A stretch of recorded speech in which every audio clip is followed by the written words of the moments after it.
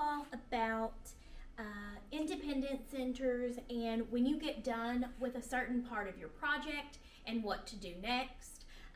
So you've had some experience with the centers that we have been practicing in class, but now we're going to jump on into the ones that we haven't had practice with yet in class.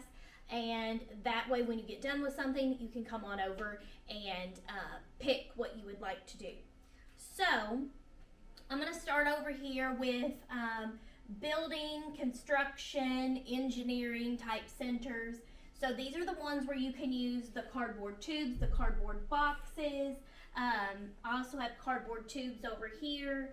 There's wider ones and longer ones here. I also have paper towel rolls that you can use as well. The big thing with this center is it can be used at a table and it can be used on the floor. The big thing though is when you are building with these tubes, that if you want bigger space to be able to build, you start on the floor first and then work your way up. When you're building with them, I want you to build out, not up. So that's really what I'm gonna try to encourage everybody to do. Rather than building up high, I want you to build out with the width, okay? Now, when it's time for cleanup, I'm going to have a picture probably on the board, maybe even posted right here. The tubes have to go back exactly like the picture, because if you don't, they will not fit into this, okay? So if it looks like in the picture that it's positioned up and down, then that's how you need to put it back. Same thing for the boxes and things over here. There's also like some wooden pieces and things that you can use to build as well. So that's the building and construction. I have the Glow STEM Center, which is just the recycled glow sticks, and there are also connectors. I leave this in here in case you want to place connectors in there. So when you're doing this, you just connect them and then you can build them in different ways. They're not going to glow because the glow has already faded away, but you can make some really cool stuff with just connecting them. Please don't bend them so hard that the glow juice comes out. So you can use those. And again, there will be a picture for everything and how to put it back. The bunchums are right here. Big thing about the bunchums. If we can't use them right, then I'll end up taking them out. But you can build things and sculpt things, and they're Velcro-like. The big thing with this center, okay, you're going to see this right here, that these stick together, and if you throw them at people, or if they get in people's hair, or if they're wearing a sweater or anything like that, it will get stuck in there, especially like girls' hair and things like that, or even boys' hair that's longer. You do not want to get it caught in there, because I'll have to end up cutting the bunchum out, okay? So we're not throwing them at people. We're not, setting stuff on our head as we build them, that sort of thing. So we're only keeping it on the table, okay? I even have these little things right here that you can sort out the colors and things like that, but we're building with them. We're not tossing them at each other or anything like that. If we have trouble with it, I'll just take them away, okay? So bunchums are right here. And if you ever get confused about where something is at, I try my best to put Post-it notes here, and everything is labeled, so you can see that this is a pink Post-it and it says bunchums, and so that can also help you as you are putting things away and you're looking at the picture to see what goes where. And anytime we put stuff away, I encourage you to put the Post-it at the front so everybody can read them. Now we're going to move on to the Space STEM Center. This is where you have the rods, and you also have the hexagonal spheres.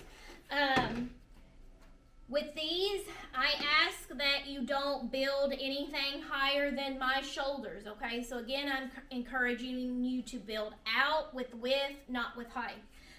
So you're just putting them together and building. We're not hitting each other with these.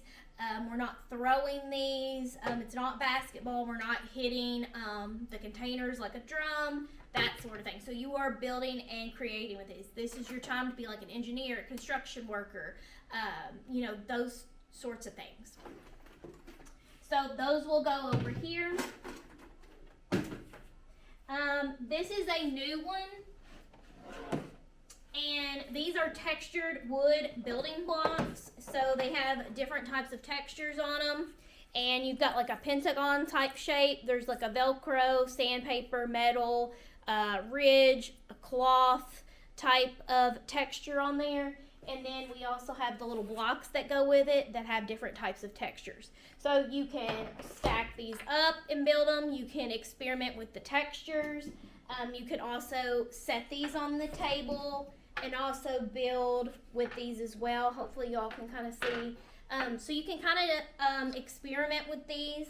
We're not throwing them or anything like that because they are wooden and they are hard. So we're not throwing them. You're just building with them and experimenting with the textures that's on there. And I have these plastic stem and construction tubes. I will allow you to use these over here with the building and construction with the tubes. And you can build things with those. Just please don't hit anybody with them or anything like that. And you can use those to help build and create different things. And so those are right here. This is a new one. It is called Flour Flakes.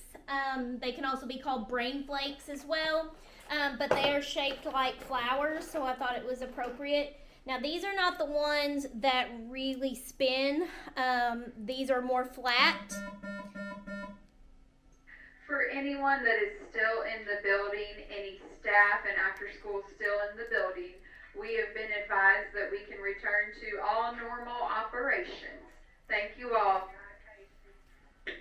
Sorry about that, guys. So with these, all you have to do is you're using those motor skills in your hands and you are putting them together so that way they fit, and you can make all different kinds of stuff and sculptures. So that's what you're doing with those flour flakes. Please make sure that you do not have any sticky hands and take any of the materials, because if you take things and steal things, that is creating a bad habit for you all, and it's also taking our materials away from our classroom. So please do not take anything. There's also a little instructional manual here, and then that way you can kind of get some ideas on things to build.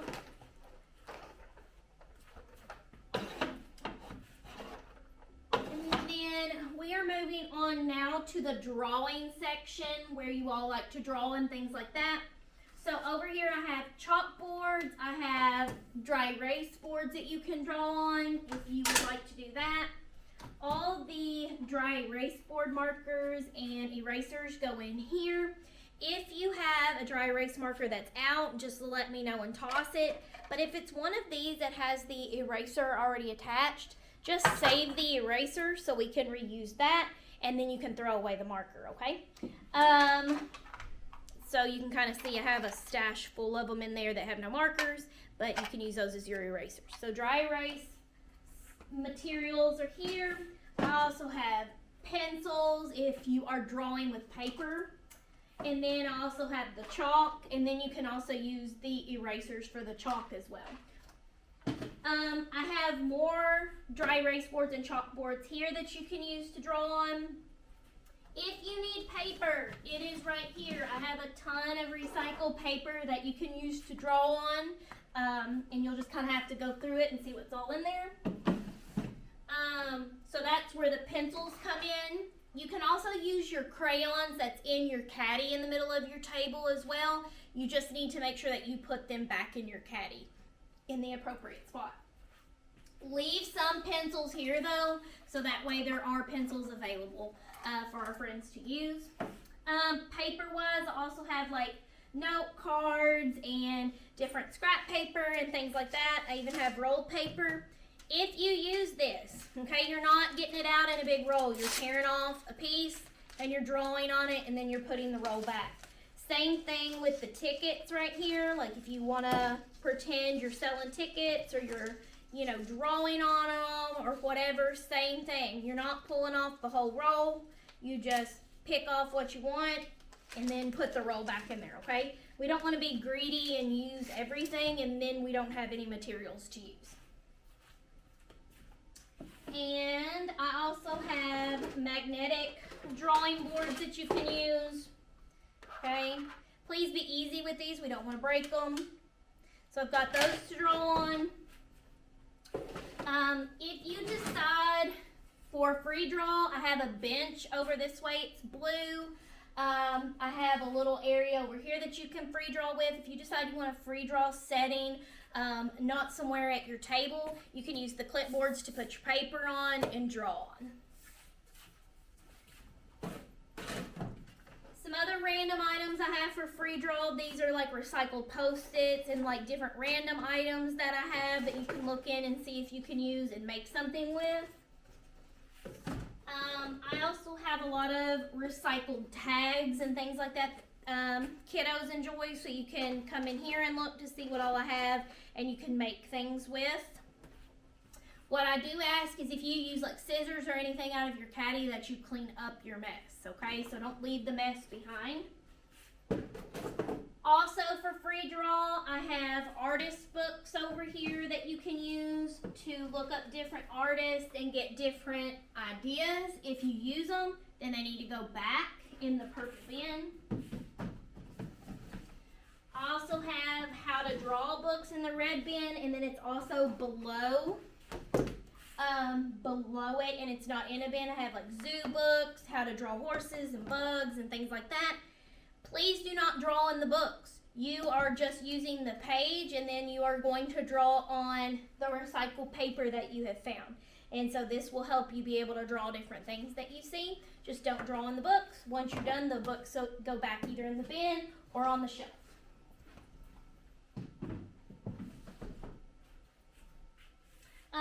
I have another drawing game center, and so this is basically that you're going to use the cube to roll a shape or a line, and so whatever you roll, so I landed on a square, and I would draw a picture using a square. So you could draw a house, you could draw a robot, okay, just to kind of give you some ideas, and then you would let your next friend pass it along, and then they would get a turn. This works better when you are with a partner or with a group. So if you decide to do this independently, it may be harder to do.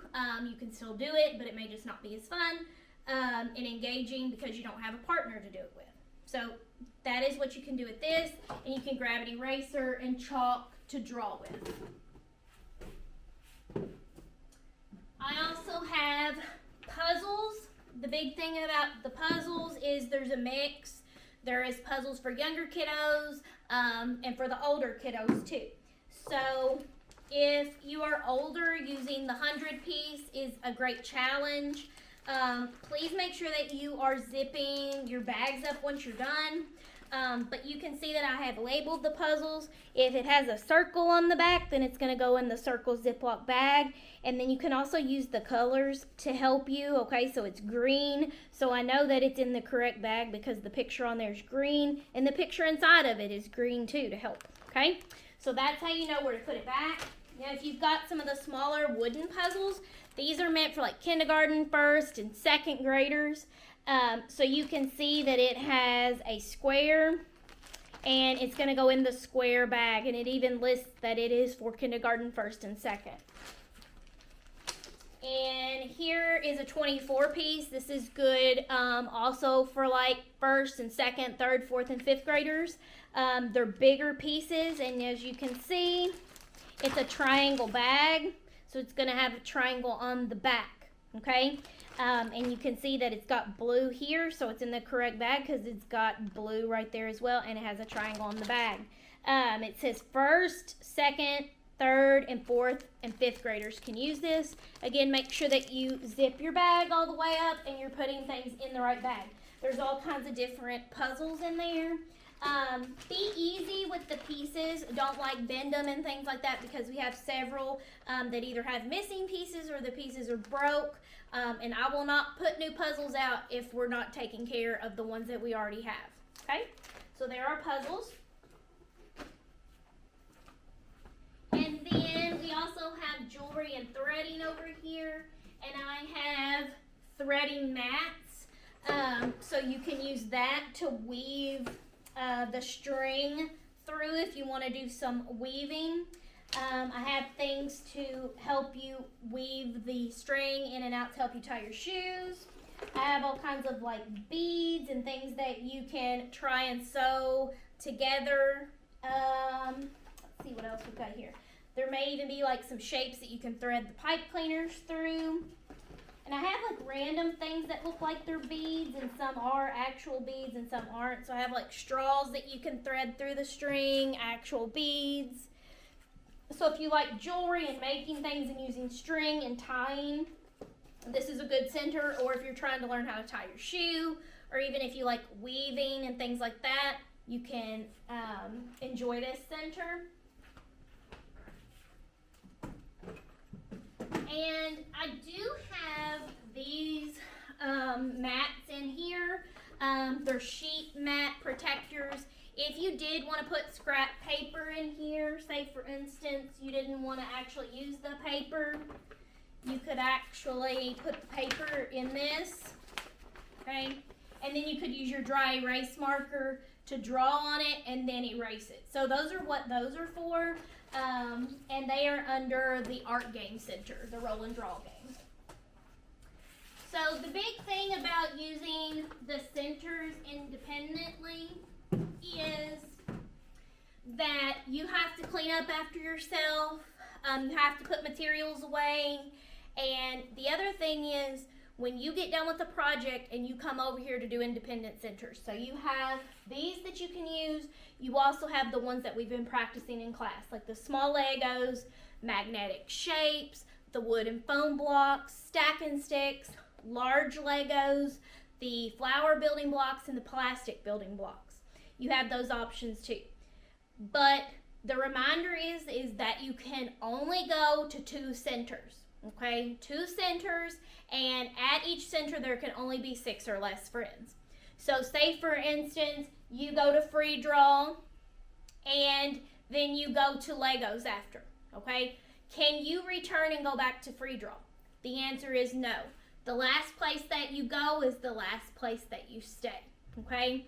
And I always remind everybody, if you know that a center is a popular one, like say that everybody is waiting in line to get to the Lego Center. If you see that 6 friends are already there and you're waiting, okay, you'll just have to wait and go to another center until that one opens up. But if you know, and you're one of those 6 that are over there at Legos, you know it's a popular center, are you going to stay there and be greedy the whole time and not share that center? The answer is no. So if you see that somebody is waiting, then you're going to go ahead and say, hey, I've been here for a while. I see that you've been waiting. Would you like to come to Legos? Okay? So just a reminder, do not be greedy as to what center that you stay at. Okay? So the rules are 2 places. The last place you go is the last place you stay. 6 or less friends at each. And you clean up after yourself. Okay? And of course you have to have all your work done before you go and choose those independent centers.